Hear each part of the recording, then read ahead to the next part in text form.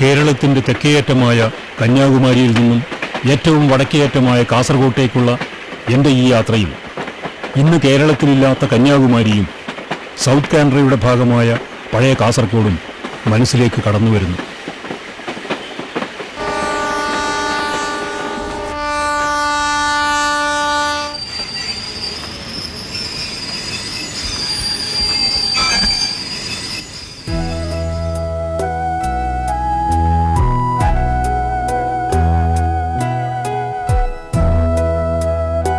ഇത് ചക്കര ബസാർ.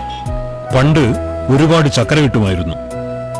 ഇന്നിവിടെ ഗൾഫ് സാധനങ്ങളെ കിട്ടൂ. നഗരത്തിന്റെ ഹൃദയഭാഗത്തുള്ള ഈ സർപ്പഗന്ധി മരത്തിന് ഒരു മാറ്റവുമില്ല.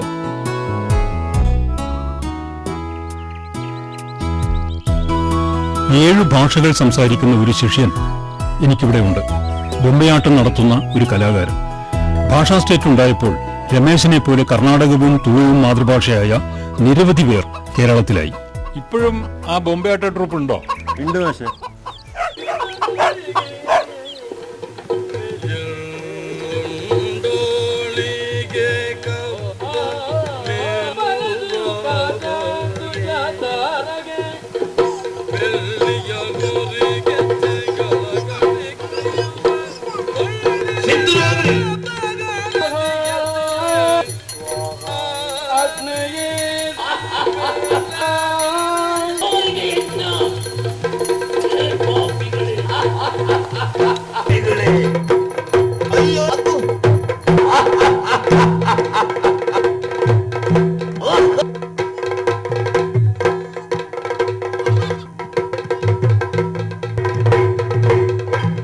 ഒരു പുതിയ വീടിന്റെ ഗൃഹപ്രവേശത്തിനാണ് രമേശ് ഈ ബൊമ്മയാട്ടം ഒരുക്കിയിരിക്കുന്നത്. തലപ്പാടിയിലുള്ള MJ കജയുടെ ഹസമനയിൽ നടന്ന ഗുരുപൂജ ഒരു അനുഭവമായിരുന്നു. Thalappady check post. കാസർഗോഡ് കേരളത്തിലായപ്പോൾ ട്യൂബെയ്ത് പാടി വിടതരികമ്മയെ കന്നഡധാത്രി കേരള ജനനി വിളിക്കുന്നു. ഇവിടെ ആകെ 7 ഭാഷകൾ. ഇതാ ഒരു ബ്യാരി. പിന്നെ ഞാൻ ഇതിൽ കാറിൽ ബാഡിಗೆ ಹಾಕೊಂಡುಳ್ಳೆ ಟೂರಿಸ್ಟ್ ಕಾರಲ್ಲಿ എടുത്തിട്ട് ബാഡിಗೆ ಹಾಕೊಂಡುಳ್ಳೆ അതിലെ എൻ്റെ മാഷത്തെല്ലാം ഉത്തരതെല്ലാം കളിച്ചുകൊണ്ടുള്ളേ. പിന്നെ മൂന്നിലൊരാൾ മലയാളമല്ലാത്ത ഭാഷ സംസാരിക്കുന്നു. സംസാരിക്കുന്നത് കൊങ്കിണിയാണെങ്കിലും ഇവർ ശ്വസിക്കുന്നത് കന്നഡയിലും ഭക്ഷണം കഴിക്കുന്നത് മലയാളത്തിലും ചിന്തിക്കുന്നത് തുളുവിലുമാണ്. ഇതാ ലക്ഷണം തികഞ്ഞ ഒരു ഹിന്ദുസ്ഥാനി. ഇത് ഒറിജിനൽ മറാഠി തന്നെ. വള്ളത്തോളിന്റെ പച്ചയാമ്പരിപ്പിട്ട സഹിനിൽ തലവെച്ചും സ്വച്ഛാബ്ദ മണൽത്തിട്ടാം പാദോപദാനം പൂണ്ടും എന്ന വരികൾ കാസർഗോഡിനാണ് ചേരുക. അറബിക്കടലിനോടും സഹിനോടും ഏറ്റവും അടുത്തു കിടക്കുന്ന ജില്ലയാണിത്.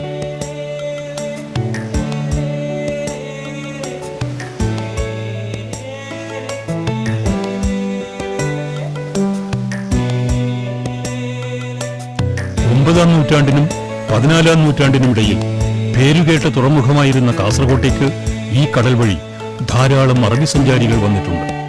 ഇബ്നു ബത്തൂത്ത, പോർച്ചുഗീസ് സഞ്ചാരിയായ ബർബോസ, വെല്ലസ്ലി പ്രഭുവിന്റെ കുടുംബ ഡോക്ടറായ ഫ്രാൻസിസ് ബുക്കാനൻ തുടങ്ങി നിരവധി സഞ്ചാരികൾ കാസർഗോഡ് സന്ദർശിച്ചിട്ടുണ്ട്.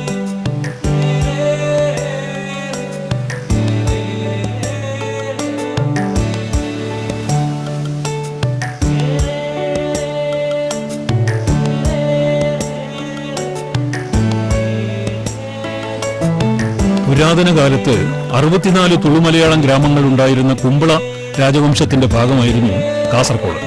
കാസർഗോട്ട് 2 സ്വരൂപങ്ങൾ ഉണ്ടായിരുന്നു, കുമ്പളയും നീലേശ്വരവും. ഇവിടെ നിന്നാണ് തെക്കോട്ടേക്ക് ബ്രാഹ്മണ കുടിയേറ്റം ഉണ്ടായത്. വിജയനഗര സാമ്രാജ്യത്തിന്റെ പതനത്തോടെ കാസർഗോഡ് ഇക്കേരി നായ്ക്കന്മാരുടെ കീഴിലായി. ഇവരുടെ കാലത്താണ് ഇവിടെ കോട്ടകൾ നിർമ്മിച്ചത്. ഹോസ്ദുർഗ്, അത് കഴിഞ്ഞ് ബേക്കൽ, കാസർഗോഡ്, കുമ്പള, ഇത് കടൽ തീരത്ത് നിൽക്കുന്ന കോട്ടകളാണ്. തുറമുഖങ്ങളെ സംരക്ഷിക്കുന്നതിന് വേണ്ടിയുള്ള കോട്ടകളാണ്.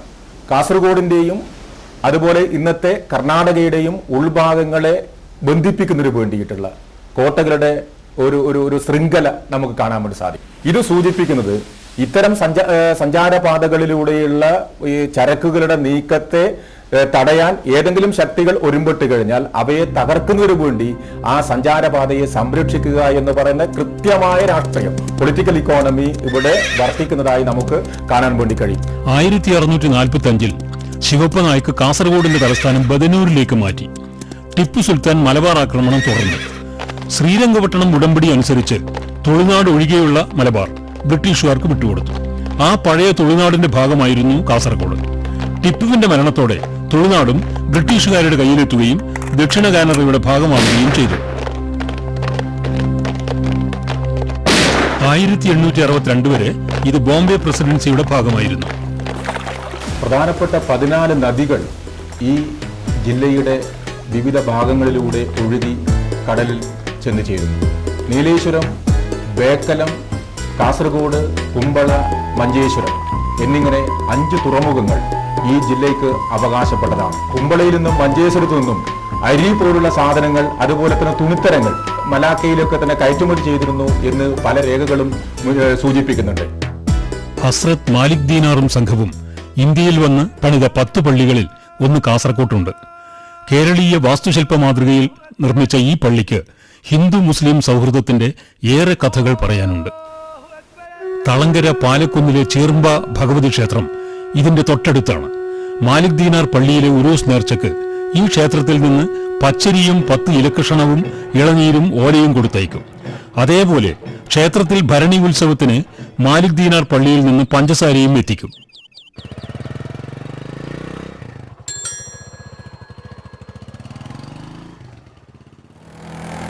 പണ്ട് ഇതിലെ നടന്നു വരുമ്പോ 2 വശത്തെ വീടുകളിൽ നിന്നും തൊപ്പിയടിക്കാൻ ശബ്ദം.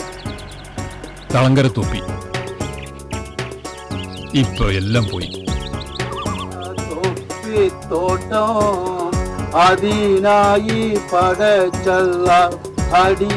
ഞാനൊരു 4 കൊല്ലമായി തൊപ്പിൻ്റെ ഇത് പ്രവൃത്തി കച്ചവടം വിട്ടിച്ച്.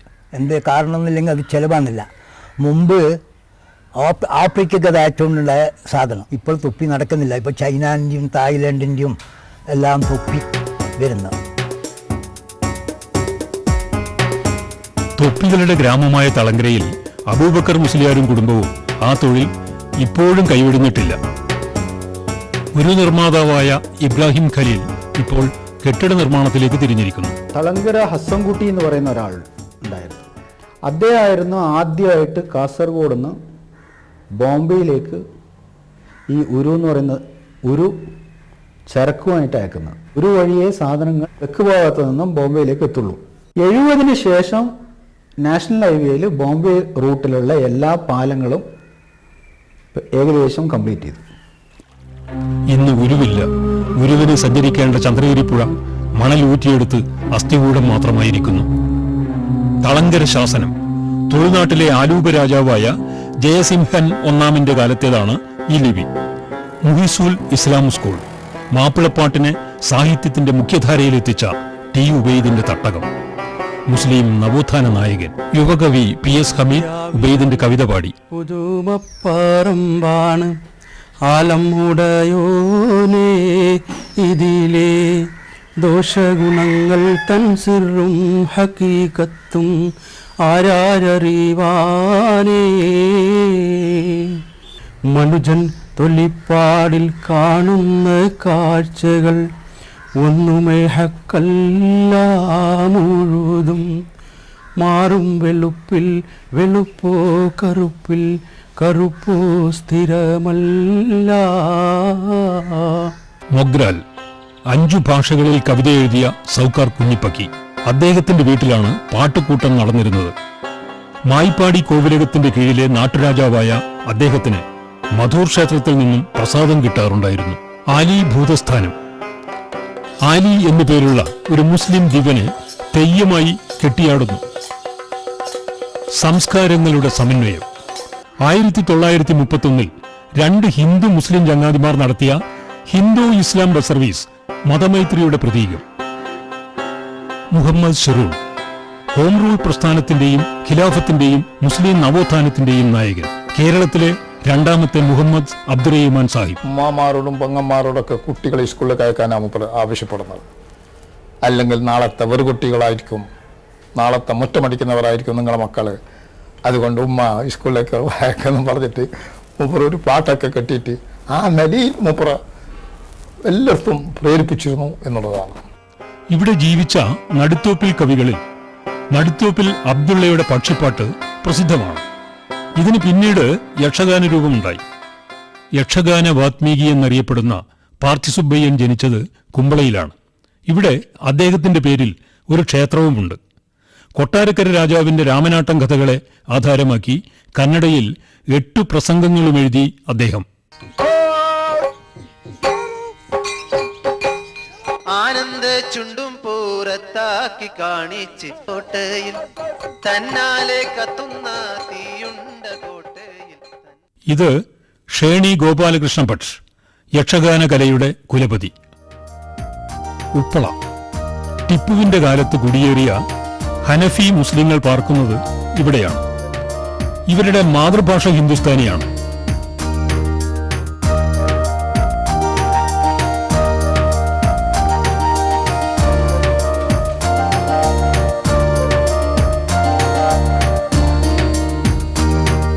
കേരളത്തിലെ ഏക ഹിന്ദുസ്ഥാനി സ്കൂൾ ഇവിടെയാണ്.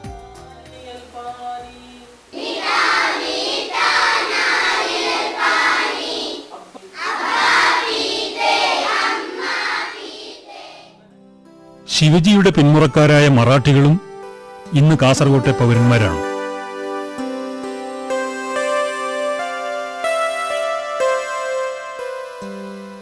മഞ്ചേശ്വരമാണ് കൊങ്കിണികളുടെ ആവാസ കേന്ദ്രം. പോർച്ചുഗീസ് ഭരണകാലത്ത് ഗോവയിൽ നിന്ന് പലായനം ചെയ്തവരാണിവർ. ഇത് ശ്രീ മദനന്തേശ്വര ക്ഷേത്രം. ഇതാ ഒരു ജൈന കുടുംബം. 4-ാം നൂറ്റാണ്ടിലാണ് ഇവിടെ ജൈന അധിനിവേശം നടന്നത്. ചതുർമുഖ ജൈന ബസതി, പാർത്ഥനാഥ ജൈന ബസതി തുടങ്ങി 2-ലേറെ ജൈന ബസതികൾ ഇവിടെയുണ്ട്. 24 തീർത്ഥങ്കരന്മാരിൽ 23-ാമത്തെ പ്രതിഷ്ഠാമൂർത്തിയാണ് ഇവിടെ. ബേള ക്രിസ്ത്യൻ ചർച്ച് 1880-ൽ ഉള്ളാളം പാനീർ മേഴ്സി മാതാവിന്റെ അധികാരപരിധിയിൽ നിന്ന് വിഭജിച്ച് കാസർകോട്ട് ബേള പള്ളി പണിതു. കൊങ്കിണി കത്തോലിക്കരുടെ ആദ്യത്തെ ക്രിസ്ത്യൻ പള്ളി.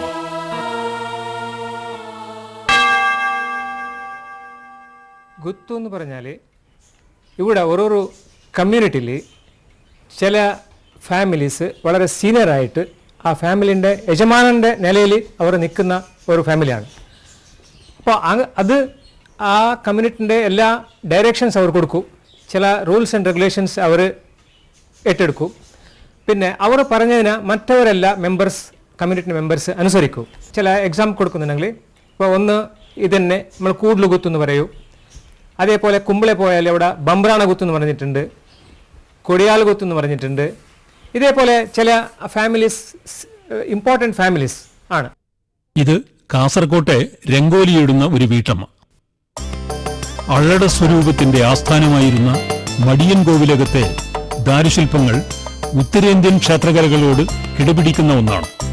5 നൂറ്റാണ്ടുകൾക്ക് മുമ്പ് പണികഴിപ്പിച്ച ഈ ക്ഷേത്രത്തിലെ ദാരുശില്പങ്ങൾക്ക് മധുര മീനാക്ഷി ക്ഷേത്ര ശില്പങ്ങളോട് സാദൃശ്യമുണ്ട്.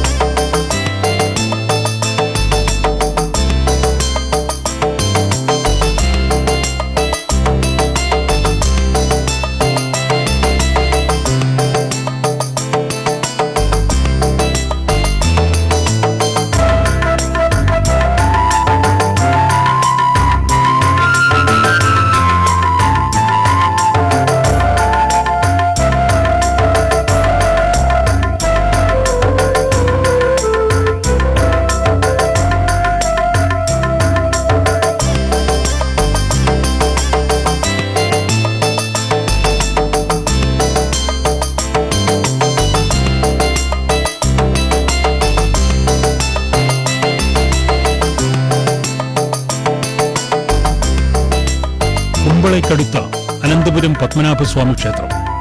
പാറപ്രദേശം വെട്ടിയുണ്ടാക്കിയ ഒരു ജലാശയത്തിന്റെ മധ്യത്തിലാണ് ഇതിന്റെ നിൽപ്പ്. ചുമർചിത്രങ്ങളും ശില്പങ്ങളും കൊണ്ട് സമ്പന്നമാണ് ഇതിന്റെ ചുമരുകൾ.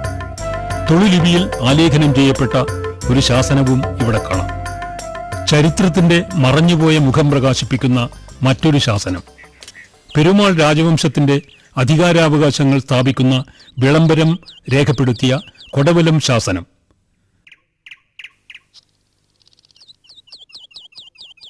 തുളുനാട് കല്യാണപ്പുറ നദിയിൽ നിന്ന് പയസ്വിനി നദി വരെ എന്നാണ് കണക്ക്. ഇത്ര ഒരു ചെറിയ നാട്ടിൽ തുളു ഭാഷ സംസാരിക്കുന്ന കുറേ കൂട്ടരുണ്ട്. എല്ലാ ജാതിക്കാരും തുളു സംസാരിക്കുന്നുണ്ട്. പക്ഷേ തുളുവിൽ ഫോക്ക് ലിറ്ററേച്ചർ ധാരാളമുണ്ട്. പക്ഷെ ക്ലാസിക്സ് ഉണ്ടാവില്ല എന്ന് പറയുന്നൊരു സംശയം വിദ്വാൻമാർക്കുണ്ടായിരുന്നു. ഇപ്പോൾ കുറേ കൊല്ലം മുമ്പേ ഞാൻ ഒരു 4 താളിയോല ഗ്രന്ഥങ്ങളിൽ നിന്ന് 4 കാവ്യങ്ങൾ എഡിറ്റ് ചെയ്തു. അപ്പോഴാണ് തുളുവിൽ സാഹിത്യം ഉണ്ടെന്ന് മനസ്സിലായത്. തുളുവിന് ലിപിയില്ല എന്നാണ് പറയുന്നത്. പക്ഷേ തുളു ലിപി എന്ന് പറയുന്ന ഒരു സ്റ്റൈല് നമുക്ക് താളിയോല ഗ്രന്ഥങ്ങളിൽ കണ്ടുവരുന്നുണ്ട്. ഒരു കാലത്ത് മലയാളത്തിനും തുളുവിനും ഒരേ ലിപിയായിട്ടുണ്ടായിരുന്നു. അതിനാണ് കേരള സാഹിത്യ ചരിത്രത്തിൽ ഈ തുളു മലയാളം ലിപി എന്ന് പറയുകയുണ്ടായി. നൂറ്റാണ്ടുകൾക്ക് മുമ്പ് ദ്വൈതാദ്വൈത സംവാദം നടന്ന കാസർകോട്ടെ കൂടൽ എന്ന സ്ഥലത്തെ ആലിൻ ചുവട്ടിലാണ് ഞാനിപ്പോൾ നിൽക്കുന്നത്. ശങ്കരാചാര്യൻ്റെ ഒരു ശിഷ്യനായ ത്രിവിക്രമ പണ്ഡിതൻ എന്ന് പറയുന്ന ഒരാൾ ഇവിടെ വന്നിട്ടുണ്ടായിരുന്നു. അപ്പോൾ ഈ മധ്വാചാര്യൻ്റെ ഒപ്പുറം ഇവർ ദ്വൈത അദ്വൈത ഈ രണ്ടിനെ പറ്റിയിട്ട് ഒരു ആർഗ്യുമെൻറ്റ്, ഒരു അങ്ങോട്ട് സംവാദം നടത്തി. അപ്പോൾ ഇത് സാധാരണ 1 മാസം വരെ ഈ സംവാദം നടന്നതെന്നാണ് പറയപ്പെടുന്നത്. ഒടുവിൽ ഈ ത്രിവിക്രമ പണ്ഡിതൻ ഇതിൽ തോറ്റിട്ട് അയാൾ പിന്നെ ഈ മധ്വാചാര്യൻ്റെ അനുയായിയായിട്ട് അയാൾ നടന്നു. അപ്പോൾ അങ്ങനെ ഈ ദ്വൈതവും അദ്വൈതവും ഒന്ന് ചേർന്നിട്ട് നടന്ന സ്ഥലമായ കൊണ്ട് ഇവിടേക്ക് കൂഡ്ലു അഥവാ കൂടൽ എന്ന് പറയുന്ന പേര് വന്നതാണ് അറിയപ്പെടുന്നത്. ഇവിടെ ഒരു വിഷ്ണു ക്ഷേത്രവും ശൈവക്ഷേത്രവും ഇടത്തും വലത്തുമായി പണിതിട്ടുണ്ട്. നാങ്കളെ കൊത്തിയാലും ചോരയില്ലേ ചോവറെ, നീങ്കളെ കൊത്തിയാലും ചോരയില്ലേ ചോവറെ എന്ന് ശങ്കരാചാര്യരോട് ജാതി വ്യവസ്ഥയെ ചോദ്യം ചെയ്ത പൊട്ടൻ തെയ്യത്തിന്റെ തോറ്റം അതെഴുതിയ കൂർമ്മനെഴുത്തച്ഛൻ ഇവിടെ അടക്കം ചെയ്യപ്പെട്ടിരിക്കുന്നു. രാമചരിതത്തിൻ്റെ ശേഷം അതിൽ നമുക്ക് ഇന്നിപ്പോൾ ഈ തെയ്യത്തിൻ്റെ തോറ്റം പാട്ട് എന്നുള്ള നിലയിൽ അവശേഷിച്ച് കിട്ടിയതാണ് ഈ പൊട്ടൻ തെയ്യത്തിൻ്റെ തോറ്റത്തിലുള്ള ഒരു ഭാഗം. കൂർമ്മ എഴുത്തച്ഛൻ എന്ന് പറയുന്ന ഒരാൾ അദ്ദേഹത്തിൻ്റെ കൃതിയാണെന്നാണ് പറയുന്നത്. കുറച്ച് ഭാഗങ്ങൾ, ആ ഭാഗങ്ങളിൽ അതാണ് ഈ നമ്മുടെ മലയാളത്തിലെ ഏറ്റവും ആദ്യത്തെ വിപ്ലവ ശബ്ദം വന്നത് ഈ എഴുത്തച്ഛനിൽ നിന്നാണെന്നാണ്. ഈ ഗറോഡി അതിൽ ഒരു 2 സങ്കല്പങ്ങളുണ്ട്. ഒന്ന് ഈ മെയ് അഭ്യാസത്തിന് വേണ്ടി ഉള്ള എല്ലാ സ്ഥലങ്ങളും ഗറോഡിയാണ്. പിന്നൊന്ന് ഈ കോട്ടി ചെന്നായമാർ എന്ന് പറയുന്ന 2 തുളുവീരന്മാരുണ്ട്, ട്വിൻസാണ്. അവരെ ബണ്ടർ എന്നാണ് പറയുന്നത്. ബണ്ടർ എന്ന് പറയുന്നത് ജാതിയല്ല, ഹീറോസ് അഥവാ ഫൈറ്റേഴ്സ് എന്നുള്ള ഇതിൽ ആണ്. ബണ്ടറ സന്ധി എന്ന് ഒക്കെ പറയാറുണ്ട്. അപ്പോൾ അവർ ഈ ജീവിതം മുഴുവൻ ഇങ്ങനെ യുദ്ധം ചെയ്ത് അവസാനം യുദ്ധകളത്തിൽ തന്നെ മരിക്കുന്ന ആളാണ്. പക്ഷേ ഇപ്പോൾ ഈ കളരിയ എന്ന് പറയുന്ന തുളുവിൽ പറയുന്ന ഗറോഡി ആരാധനാ കേന്ദ്രങ്ങളായിട്ട് അല്ലാതെ ഈ മെയ് അഭ്യാസം ചെയ്യുന്ന കേന്ദ്രങ്ങൾ വളരെ ചുരുങ്ങി വരികയാണ്. ഹിസ്റ്റോറിക്കൽ കാരണങ്ങൾ ഉണ്ടെന്നാണ് ഞാൻ മനസ്സിലാക്കുന്നത്. ഈ വിജയനഗര എംപയർ വന്നപ്പോൾ അത് ഈ ഭാഗമെല്ലാം കവർ ചെയ്തപ്പോൾ പിന്നെ ഈ യുദ്ധത്തിൻ്റെ വലിയ ആവശ്യം ഉണ്ടായിട്ടില്ല. പക്ഷേ കേരളത്തിൽ അങ്ങനെയല്ല. കേരളത്തിൽ ഈ പണ്ട് കാലം മുതലേ ഈ ബ്രിട്ടീഷുകാർ വന്നപ്പോഴും കേരളം മുഴുവൻ ബ്രിട്ടീഷുകാരുടെ കയ്യിലായില്ലല്ലോ. അതുകൊണ്ട് ഈ ലോക്കൽ ചീഫ്സിന് വേണ്ടി ഈ അഭ്യാസം തുടർന്ന് ഇവിടെ ഈ കളരിക്കാൽ എന്ന് പറയുന്ന ഒരു സ്ഥലമുണ്ട്. കരിന്തളം കളരി എന്നറിയപ്പെടുന്ന ഈ ക്ഷേത്രത്തിന്റെ തൊട്ടടുത്താണ് കളരിയാൽ തറവാട്. ഇവിടെ സമ്പൂർണമായ ചിട്ടകളോടെ വിശുദ്ധമായ ഒരിടം പോലെ പുരാതനമായ ഈ കളരി സംരക്ഷിക്കപ്പെട്ടിരിക്കുന്നു. 4-ലധികം കളരികളുണ്ട് കാസർകോട്ട്.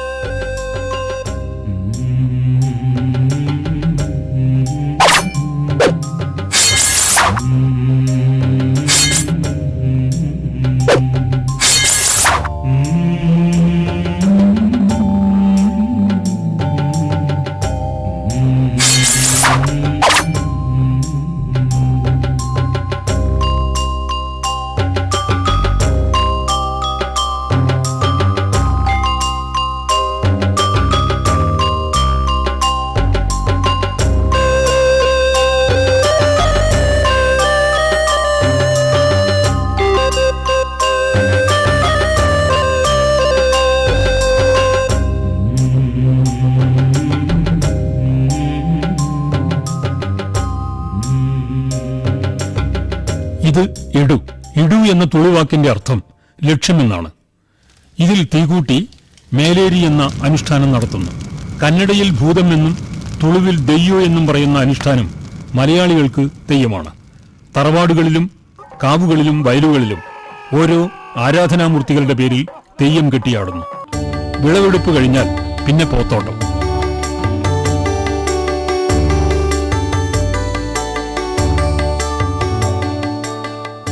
ഇരുപത്തിനാല് ഭാഷകളിൽ പ്രാവീണ്യം നേടിയ ഭാഷാ ഗവേഷകനായ രാഷ്ട്രകവി ഗോവിന്ദ പൈ. മഞ്ചേശ്വരത്ത് ഒരു സ്മാരകമുണ്ട്. കന്നഡ നവോത്ഥാന കാവ്യസങ്കല്പം പ്രായോഗികമാക്കിയ തുളുനാട് സംസ്കാരത്തിന്റെ മർമ്മമറിഞ്ഞ കവി കയ്യാർ കിഞ്ഞണറൈ. ഐക്യ ഒന്നേ മന്ത്ര, ഐക്യദിന്റെ സ്വതന്ത്ര. പി എന്ന ഒറ്റ വാക്കിൽ കാവ്യലോകത്തെ കീഴടക്കിയ മഹാകവി പി കുഞ്ഞിരാമൻ നായരുടെ ഭവനമാണിത്. ചേലുറ്റ മാമരത്തോപ്പിൻ താലപ്പൂകൾ പീലിത്തിരുമൂടി എന്നു തോന്നും, വെണ്ണയത്തമ്പിളി ബിംബമുയരുമ്പോൾ കണ്ണൻ ചിരിക്കയാണെന്നു തോന്നും. എൻ്റെ കയ്യിലുണ്ടങ്ങുന്നു നൽകിയ മർത്യജന്മമാമോട. അദ്ദേഹത്തിന്റെ പേരിൽ ഒരു സ്മാരകവുമുണ്ട്. ദേശീയ പ്രസ്ഥാനത്തിന്റെ കവി കുട്ടമത്തിന്റെ ഭവനമാണിത്. സ്വാതന്ത്ര്യ സമരത്തിന് ആക്കം കൂട്ടാൻ നാടക മാധ്യമത്തിലൂടെ തൂലിക പടവാളാക്കിയ വിദ്വാൻ പി കേളുനായർ ഈ വീട്ടിലാണ് വസിച്ചത്. ഒസ്തൂർഗ് താലൂക്കിൽ ദേശീയ പ്രസ്ഥാനത്തിന് ഇന്ത്യൻ നാഷണൽ കോൺഗ്രസിലൂടെ തുടക്കം കുറിച്ച AC കണ്ണൻ നായരുടെ വീട്ടിൽ ഇപ്പോൾ മകളാണ് താമസം. മലബാറിലെ ചാർലി ചാപ്ലിൻ എന്ന് സഞ്ജയനാൽ വിശേഷിപ്പിക്കപ്പെട്ട നാടകനടനും ദേശീയ പ്രസ്ഥാന നായകനുമായ രസിക ശിരോമണി കോമൻ നായർ. തുള്ളലിന്റെ വടക്കൻ ശൈലിയുടെ വക്താവ് മലബാർ പി രാമൻ നായർ. യക്ഷഗാന പ്രവീണൻ ചന്ദ്രഗിരി അമ്പു. ജീവിച്ചിരിക്കുന്ന സ്വാതന്ത്ര്യ സമര സേനാനി A. അച്യുതൻ. തെയ്യം കലയുടെ കുലപതിയും പാരമ്പര്യ വൈദ്യനുമായ നർത്തകരത്നം കൊടക്കാട് കണ്ണപ്പെരുവണ്ണൻ. ഒരാളുടെ ജാതിയാണ് കിളപ്പം നയിച്ചത് പയ്യന്നൂരേക്ക്. അതിൽ ഞങ്ങൾ 5 ആളും ചേർന്നു. 2 ദശാബ്ദക്കാലം ദേശീയ പ്രസ്ഥാനത്തിനും കമ്മ്യൂണിസ്റ്റ് പ്രസ്ഥാനത്തിനും വേണ്ടി ജീവിതം സമർപ്പിച്ച കവി TS തിരുമുമ്പ്. മകളും ഭാര്യയും ഇവിടെ കഴിയുന്നു. തിണ്ടാടി വന്ന പരദേശികളെ ഭവാന്മാർക്കുണ്ടാകുമോ കരുണ ഞങ്ങളിലേതുകൊണ്ടും, കൊണ്ടാടി നാടിതു ഭരിച്ചതു കണ്ടു. കൊണ്ടാടി നാടിതു ഭരിച്ചതു കണ്ടു, വേണ്ട വേണ്ട മടങ്ങുകിനി വന്ന പഠിക്കു തന്നെ. 1830 കാലഘട്ടത്തിൽ ഉപ്പിന്റെയും പുകയിലയുടെയും നികുതിക്കെതിരായി കർഷകർ കുമ്പളയിൽ നിന്ന് ആരംഭിച്ച കൂട്ടക്കലാപം 1930 ബ്രിട്ടീഷ് സർക്കാരിന്റെ വനനിയമത്തിനെതിരായി കാടകം സത്യാഗ്രഹം വരെ എത്തി. കർഷക പ്രസ്ഥാനവും ദേശീയ പ്രസ്ഥാനവും കൈകോർത്തുപോയ ചരിത്രമാണിവിടെ. ഇത് പയസ്വിനിയുടെ തീരത്തെ കയ്യൂർ ഗ്രാമം. കരിന്തളം, പുല്ലൂർ തുടങ്ങിയ നെല്ലെടുപ്പ് സമരങ്ങൾക്ക് മുമ്പ് സാമ്രാജ്യത്വത്തിനെതിരായ കലാപത്തിന്റെ പാരമ്യമായിരുന്നു കയ്യൂർ സംഭവം. ഇന്ത്യൻ സ്വാതന്ത്ര്യ സമര ചരിത്രത്തിലെ തിളങ്ങുന്ന ഒരധ്യായം.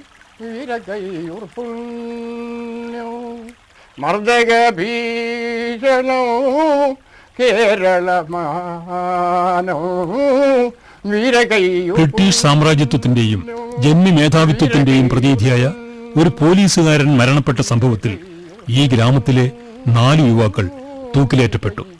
1943 മാർച്ച് 29 ആ സംഭവം. അന്ന് മൈനറായതിന്റെ പേരിൽ വിട്ടയക്കപ്പെട്ട ചൂരിക്കാടൻ കൃഷ്ണൻ നായർ ഈ അടുത്ത കാലത്ത് അന്തരിച്ചു. അദ്ദേഹത്തിനും ഒരു സ്മാരകമുണ്ട് ഇവിടെ. കയ്യൂരിന്റെ വീരഗാഥ കർണാടക ഭാഷയിൽ ഒരു പ്രശസ്ത നോവലിന് നിമിത്തമായി. നിരഞ്ജനയുടെ ചിരസ്മരണം. സഹ്യസാനുക്കളിലെ മലഞ്ചെരിവുകളിലും ഇടനാടുകളിലുമായി പരമ്പരാഗതമായ തൊഴിലുകളിലേർപ്പെട്ട കൊറകർ, മാവിലർ തുടങ്ങി 10ലധികം ആദിവാസി ഗോത്ര സമൂഹങ്ങളും ഇവിടെ സഹവസിക്കുന്നു.